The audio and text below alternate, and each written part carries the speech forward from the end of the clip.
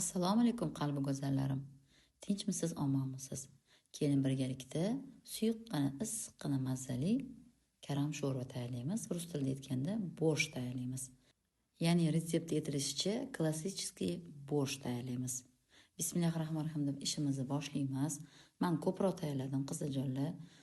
Suv soldim, mol go'shti soldim, qaynatishga qo'ydim, tuz soldim, shu yerda tushmay qolibdi, tuz solarasizlar. Obdon go'sht pishib oladi. Mana ko'piklarni olib tashladik. Go'sht 1-1,5 soat qaynadi. Ana endi tayyorlab qo'ygan kartoshkani soldik.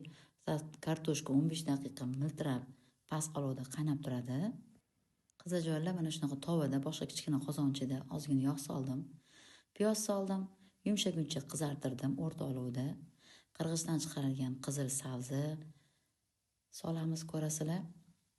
Albatta tayyorlab ko'ringlar, juda ham mazali bo'ladi. O'rta olovda qovuryapman. Mana 2-3 qoshiq o'zim tayyorlagan tomatdan soldim. Pomidor solsanglar ham bo'ladi. Sizlar aralashtiramiz. Tuz soldim, ko'rdinglar, ziravorlar.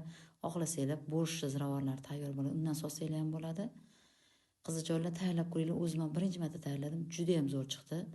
Mana shu joyda lo'lagini solib, mana lo'lagini ham soldim. Demoqchi bo'lganim, lo'lagini rangi o'zgarmasligi uchun limon suvi solindi va ozgina shakar solindi va shu massani ko'mguncha suv soldim va past olovda miltirab shu lo'lagi yumshaguncha, sabzi yumshaguncha bir 15 daqiqami 20 daqiqa qaynatamiz past olovda. Qizajonlar, bir rus ayoldan qarab tayyorladim, juda ham zo'r chiqdi.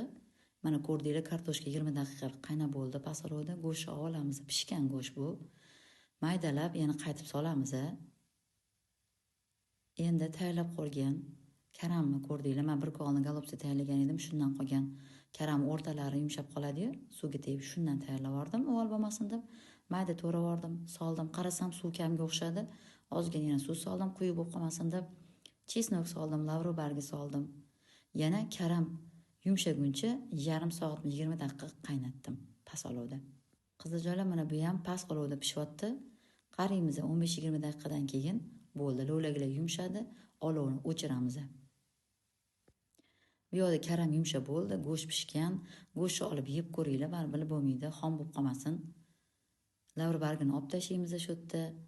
Tuzlarini rostlaymiz, ko'raman, u joyi tushmabdi, tuz solganman. Ya'ni bu bulyonga ham tuz solganman, lo'lagli massaga ham tuz solganman, baribir bilib bo'lmaydi, tuzini ko'rasizlar shu yerda. Ana endi go'sht pishganini yeb ko'ramiz. Yeb ko'rganimizdan pishgan bo'lsa, o'zi pishgan edi, yana ham yeb ko'rasizlar. Shu lo'lagini massani solamiz. Ko'rdinglar, uvol bo'lmasin, chayib sovarasizlar. Bo'ldi.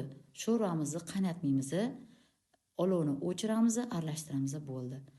Klassический borsh tayyor bo'lar ekan. Aralashtirasizlar. Mazza qilib iste'mol qilasizlar. Bu, ya'ni lo'lagini solgandagi qaynatmaslikning sababi lo'lagi o'zini rangida qolar ekan, unaqa qaynatsanglar rangi ketib qoladi. Nasishiniy deydi rus tilida, yarki bo'lib turmas ekan. Mana shu borsh tayyorlab ko'rdim birinchi marta. Mana yaxlatilgan ukroplarim bor edi, qish kunida tayyorlagan edim. Sizlar barradagi svejiy solasizlar, agar sharoitingizga qarab aralashtirdim, bo'ldi va oila a'zolarimga berdim. Mazza qilib ichib olishdi. Xohlasanglar mana smetana bilan qora murchli sepib mazza qilib iste'mol qilasizlar. Mani qizajonlarim bilishadi. Yangi retseptni topib o'z oilamga hadya qilaman, ya'ni iste'mol qilishga beraman. Sizlarga ham shu orada deganim, yaxshi chiqsa retseptlarni olib kanalimga joylab qo'yaman. Qizajonlar, tayyorlab ko'ringlar, juda ham mazali chiqar ekan, men tavsiya qilaman. O'zim ham bunaqa holatda birinchi marta tayyorlab ko'rdim. O'zi borsh turlari juda ham ko'p, karam sho'rva bilasizlar.